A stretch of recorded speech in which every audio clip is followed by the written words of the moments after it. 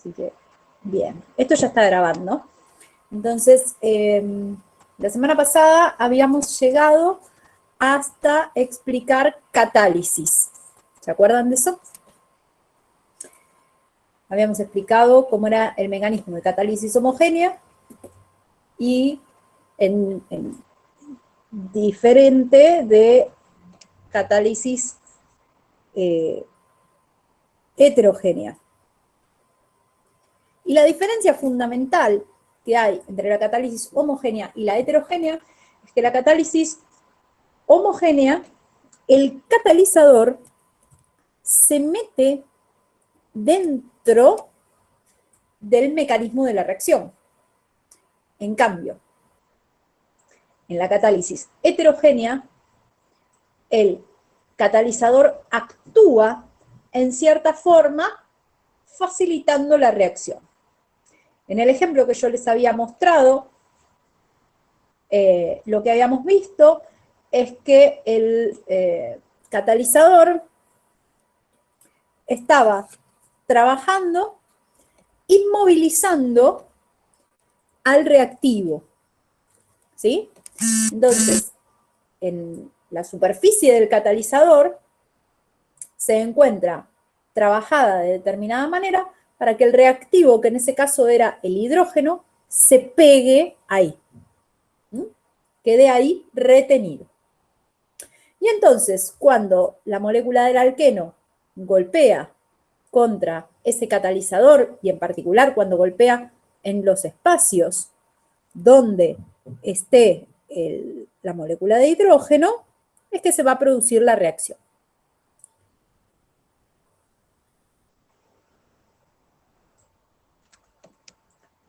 Desde el punto de vista teórico, tanto sea un catalizador homogéneo como sea un catalizador heterogéneo,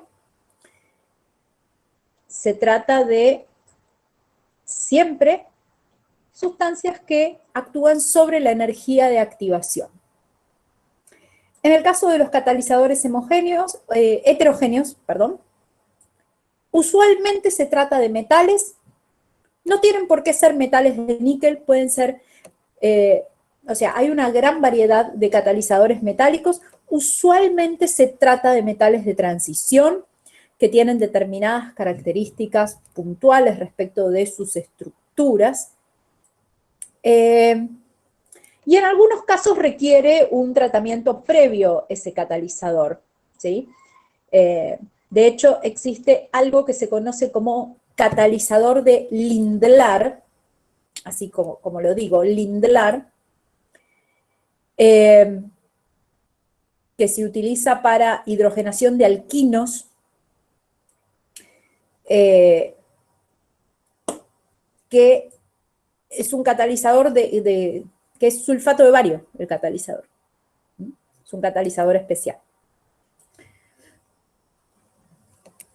Bien. Nosotros habíamos llegado hasta ahí, habíamos visto de los 4 factores que alteran la velocidad de reacción, habíamos llegado a ver 2.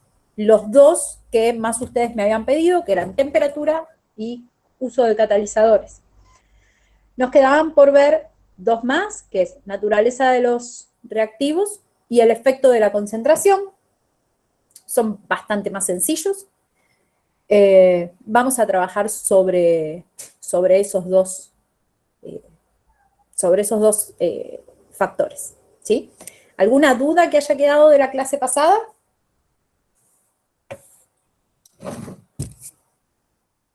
Mientras yo voy acomodando ese libro.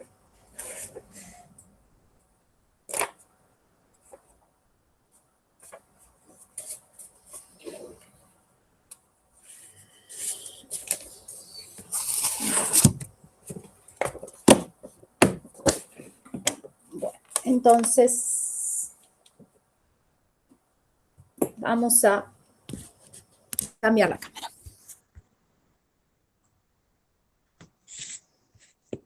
Vamos a nuevamente trabajar sobre hoja y papel, creo que fue bastante útil.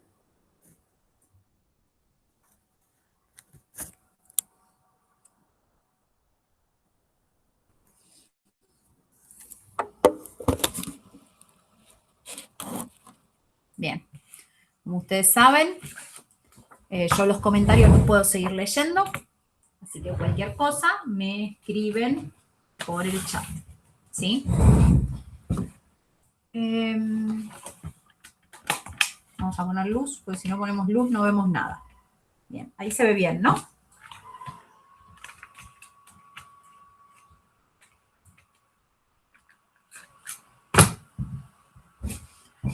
Bien.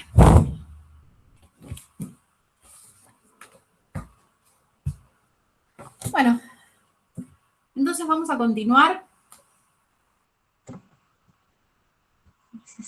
Yo necesito que esto esté derecho, porque si no escribo cualquier cosa. Lo que no está derecho es mi teléfono. Ahí está. Bien. Bueno, entonces vamos a continuar con cinética química.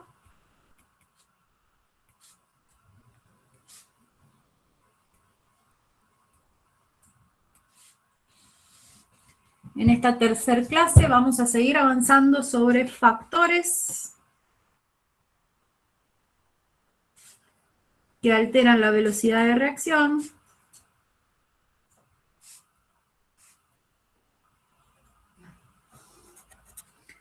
Temperatura, lo vimos la semana pasada. Catalizadores, lo vimos la semana pasada.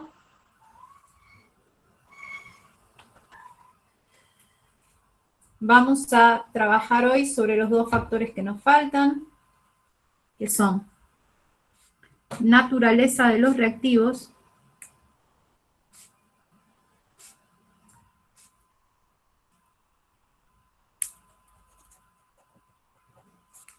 y concentración.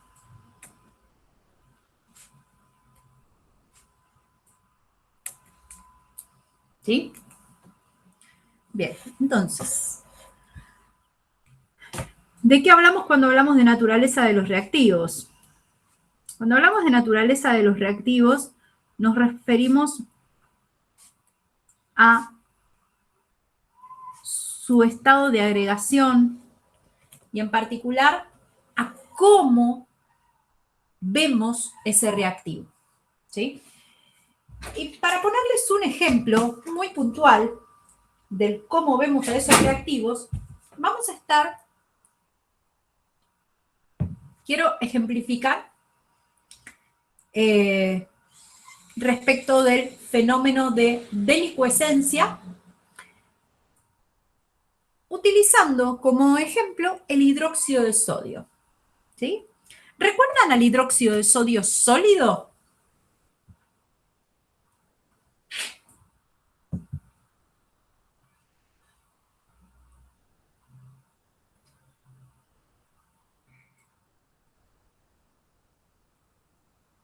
El hidróxido de sodio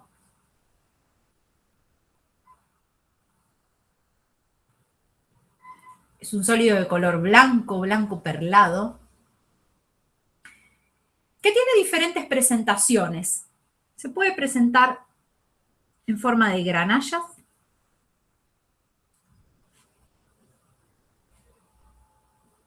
¿sí? ¿Se acuerdan lo que es una granalla? Se puede presentar en forma esférica, con unas pelotitas muy pequeñas.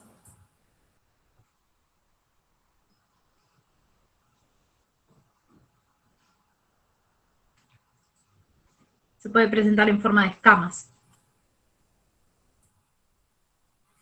¿Mm? Estas son las tres formas que tiene el hidróxido de sodio de presentarse. El tema es que el hidróxido de sodio nunca se presenta en forma de polvo, ¿sí? ¿Y por qué se imaginan que nunca se presenta en forma de polvo? El hidróxido de sodio tiene la particularidad de sufrir el fenómeno de delicuescencia. ¿Se acuerdan lo que es la delicuescencia?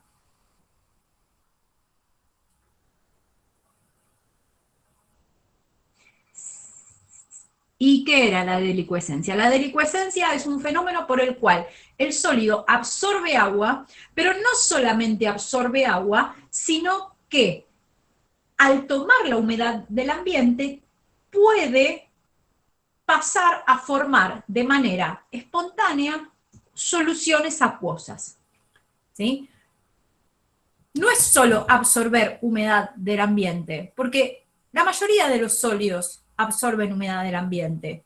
El papel absorbe humedad del ambiente, pero por más que yo deje una hoja de papel en un ambiente húmedo, ¿se va a transformar en una solución esa hoja de papel? No. Bueno, pero el hidróxido de sodio, sí. El hidróxido de sodio, al igual que otros sólidos que tenemos en el laboratorio, puede formar una solución acuosa a partir de absorber humedad del ambiente. ¿Sí? Y esa es la explicación de por qué nunca se presenta en forma de polvo. Para que absorba humedad del ambiente, lo que necesita es que las moléculas de agua ambiental tienen que chocar contra la superficie del hidróxido de sodio. ¿Sí? Teoría de choques. Aquí aplica teoría de choques. Las granallas son bastante grandecitas. Las pelotitas son la forma esférica son un poquito más pequeñas.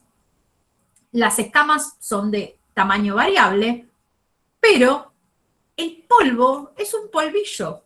Tiene polvillo exactamente igual que la tierra, exactamente igual que la arena. O sea, es extremadamente fino. Y por lo tanto, ¿qué es lo que pasa si yo tuviera un polvo? El polvo tiene mucha superficie de contacto.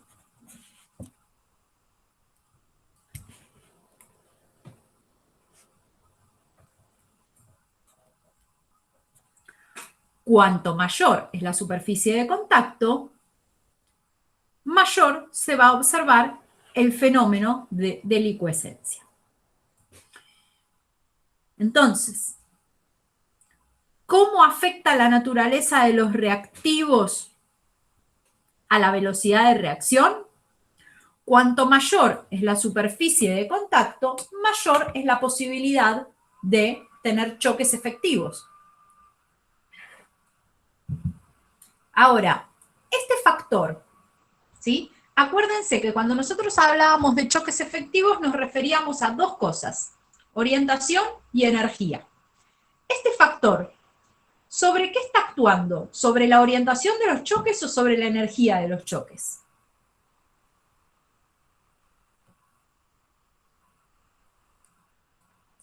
Este factor va a estar actuando sobre la orientación de los choques.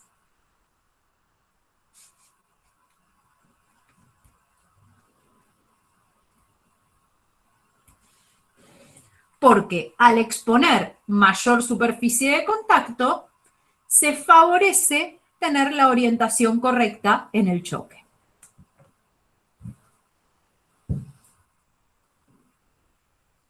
Y para responder, el hidróxido de sodio no puede estar como polvo porque de hecho se forma un masacote, porque inmediatamente ese polvo toma humedad y se empieza a pegotear, se empieza a pelmazar, ¿sí? El término correcto sería que se apelmaza. Entonces, por eso es que se usan otras formas de presentación, ¿sí? Bien.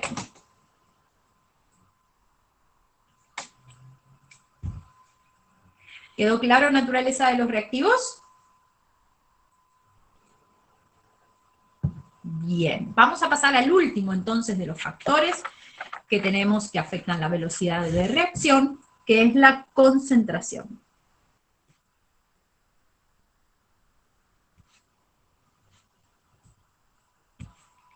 ¿Sí? concentración actúa sobre la velocidad? Y bueno, a ver, sin rompernos la cabeza, ahora lo vamos a explicar con más detalle, pero sin rompernos la cabeza, pensemos en cómo definimos la velocidad promedio.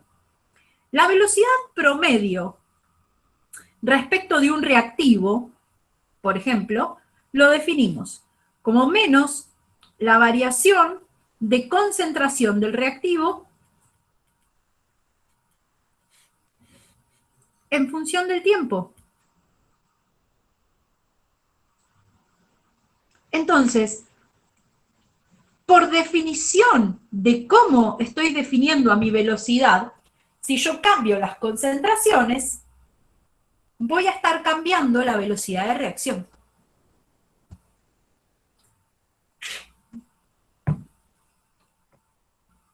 ¿Sí? Esto matemáticamente.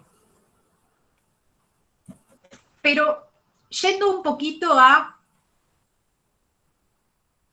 las dos partes que nos importan respecto de los choques efectivos, la orientación y la energía. Cuanto mayor es la concentración de un reactivo, ¿es razonable pensar que va a haber más posibilidad de choques efectivos? ¿Sí? Pensemos en una solución.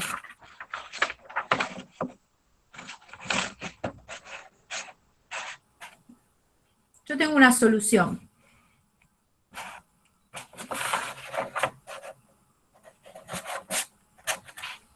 Tengo una solución diluida.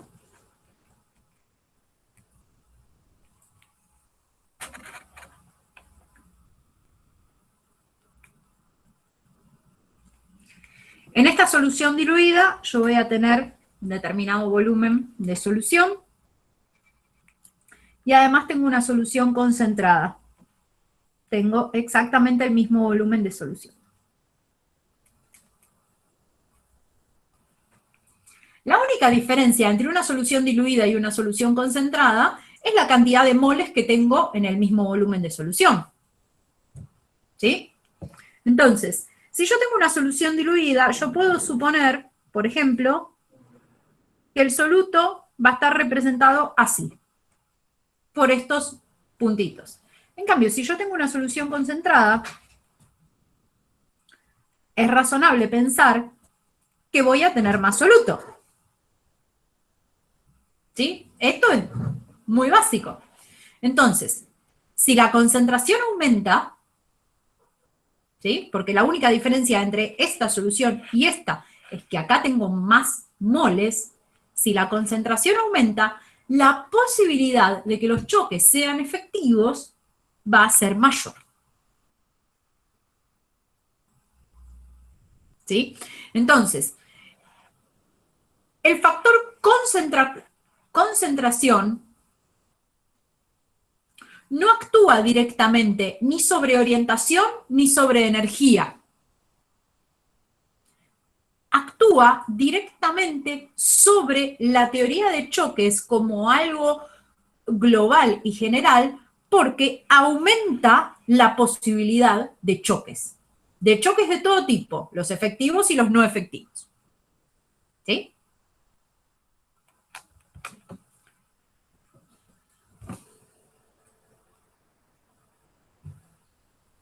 Preguntas, pequeños.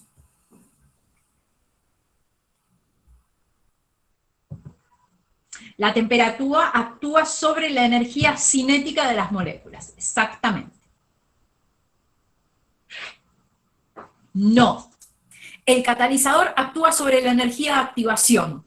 La energía de activación y la energía cinética de las moléculas son cosas diferentes. Porque la energía de activación es una energía adicional que yo tengo que entregar a las moléculas para que se forme el complejo activado. ¿Sí? En cambio, la temperatura va a actuar sobre la energía cinética de las moléculas, o sea, las moléculas se van a mover más rápido. ¿Sí?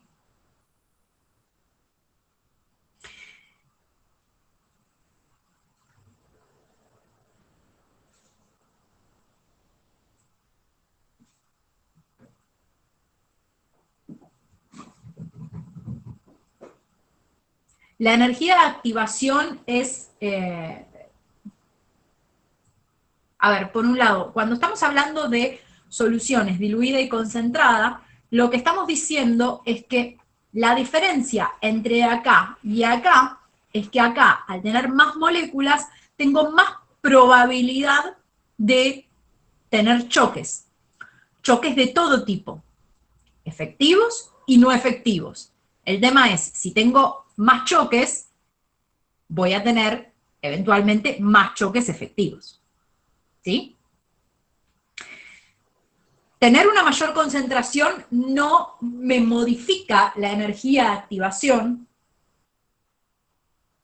porque la energía de activación es un factor que es intrínseco a la energía de los enlaces que se están venciendo y formando. ¿Sí?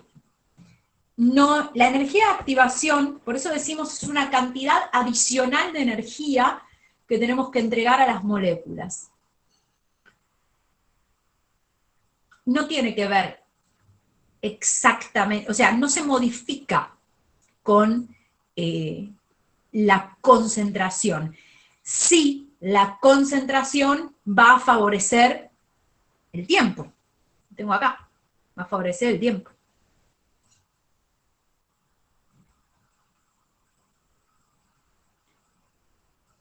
La energía cinética aumenta con el aumento de temperaturas.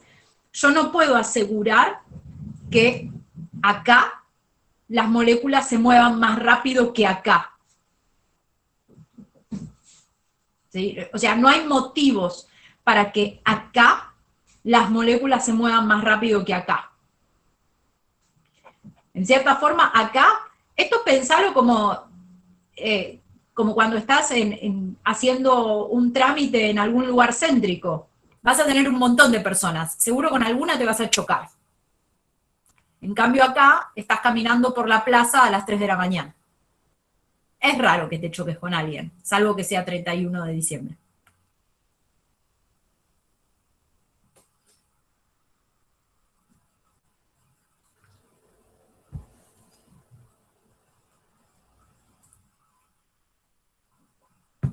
¿Mm? Bien. ¿Queda clara, muy importante, la diferencia entre energía cinética y energía de activación? ¿Sí? Piensen que se miden en lugares diferentes. ¿Sí? La energía cinética es de las moléculas. La energía de activación es de la reacción.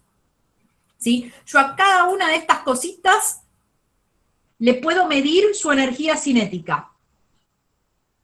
En cambio, la energía de activación es de la reacción. ¿Mm?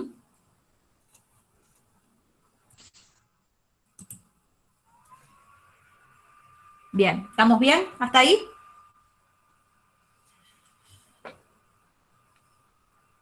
¿Sí?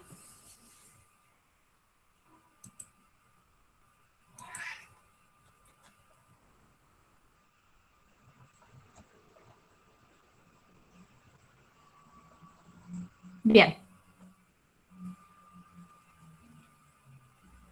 Con esto termina oficialmente lo que es la parte cualitativa.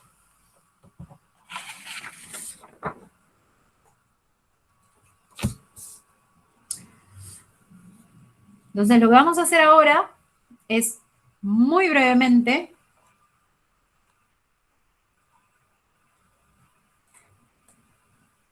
les voy a contar qué es lo que tienen que hacer en la segunda parte.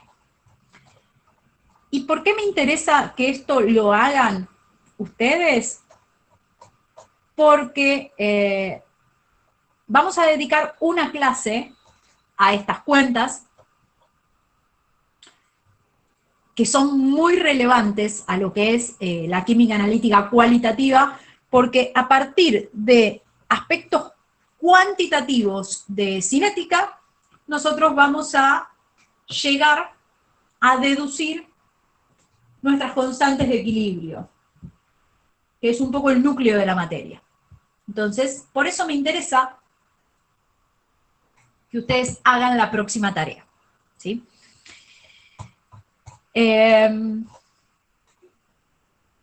Y voy a... Dame un segundo.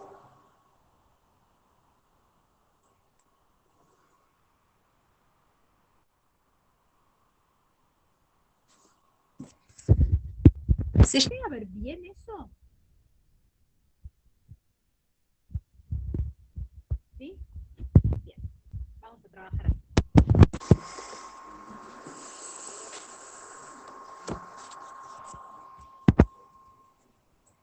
Posiblemente no se me escuchó porque metí el dedo arriba del micrófono. ¿Ahora se me escucha bien? ¿Sí? Bien. La segunda parte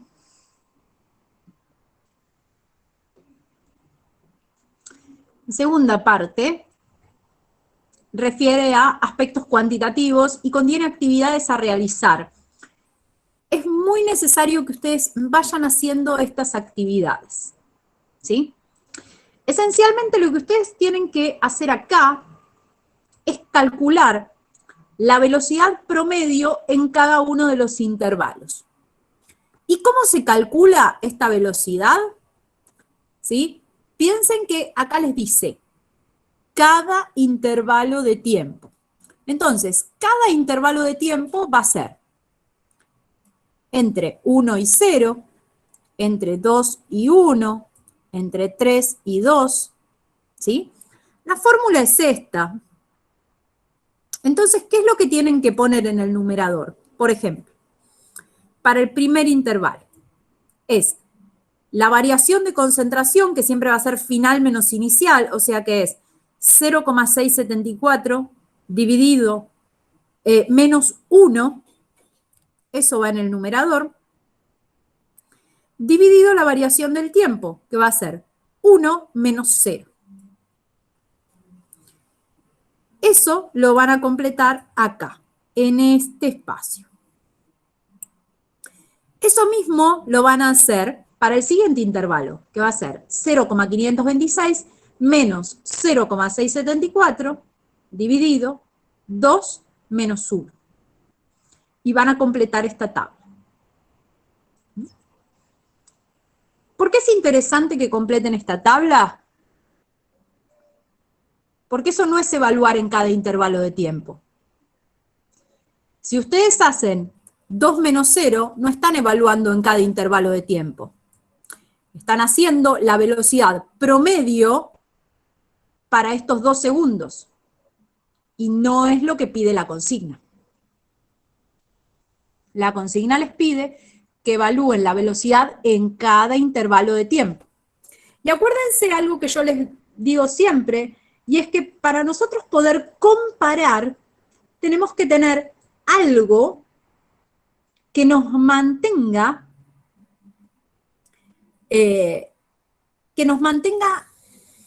la constante. Y la constante acá, ¿cuál va a ser? Que el delta t siempre es 1 segundo. Entonces, por eso, todos estos valores que yo vaya a meter acá van a ser comparables. ¿Y por qué esto es interesante? Porque me permite ver qué es lo que pasa con la velocidad, si aumenta, si disminuye, ¿sí? Y si bien después continúa la explicación y les dice qué es lo que pasa, lo interesante sería que cada uno de ustedes vaya haciendo esto, porque les va a permitir generarse preguntas respecto de estos aspectos cuantitativos, ¿sí? Fíjense que hay un montón de preguntas que ustedes se tienen que ir haciendo, ¿sí? ¿Cómo se modifica la concentración del cloruro de yodo? Calcular la velocidad respecto a este reactivo, que sería esta columna. Ambos tienen la misma velocidad, ¿cuál es la relación? ¿Sí? Porque nosotros queremos eventualmente llegar a esta conclusión, que es una generalización de velocidades promedio, y trabajar a continuación con algo que se llama ley de velocidad. ¿Mm? Pero para poder trabajar con eso, ¿sí?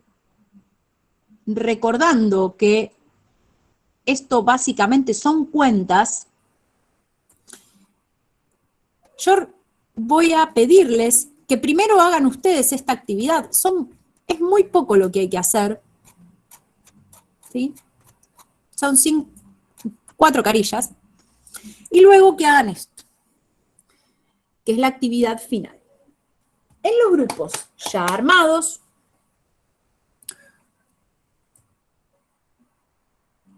deberán armar un listado de no más de 3 preguntas por grupo que no hayan podido responderse. Y yo con eso, con esas preguntas, voy a armar la clase de la semana que viene. La idea, por eso originalmente yo quería llegar a terminar con esta explicación la semana pasada, lamentablemente no se pudo, pero no importa, nos dio la oportunidad esta semana de poder consultar las dudas que habían quedado. Entonces, ¿qué es lo que van a hacer ustedes? Ustedes van a hacer estas actividades. Yo recomiendo que lo hagan en forma individual, pero si lo quieren hacer en grupo, es decisión de ustedes. A mí no me tienen que mandar las tablas, no, eso es todo para ustedes. Lo que yo quiero que me manden, que me lo pueden mandar en un mail, no es necesario que me hagan un archivo, etcétera, etcétera, sino sencillamente en un cuerpo de un mail. Me tienen que mandar por grupo, y es obligatorio que todos los grupos lo hagan, porque es la forma que yo tengo de cerciorarme de que hayan leído. Me tienen que mandar hasta 3 preguntas que les hayan surgido mientras hacían esa actividad. O sea, dudas, porque sobre eso, con esas preguntas, es que yo voy a armar la clase para dar los aspectos cuantitativos, ¿sí? Esas cuentas, ustedes ya las hicieron el año pasado, porque son las mismas cuentas del TP de cinética de general, o sea, las cuentas son las mismas. El tema es si conceptualmente se acuerdan lo que pasaba. Y ahí, en ese punto, es donde yo necesito que se pongan conscientemente. Necesito que recuerden qué era lo que pasaba y por qué pasaba eso y cuál es su significado físico.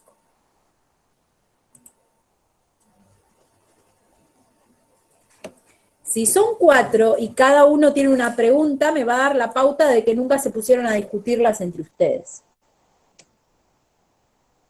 ¿Mm? Bien, las preguntas son por grupos, eso es lo que dice el enunciado, ¿sí? Así que la clase de hoy era corta, vamos a detener la grabación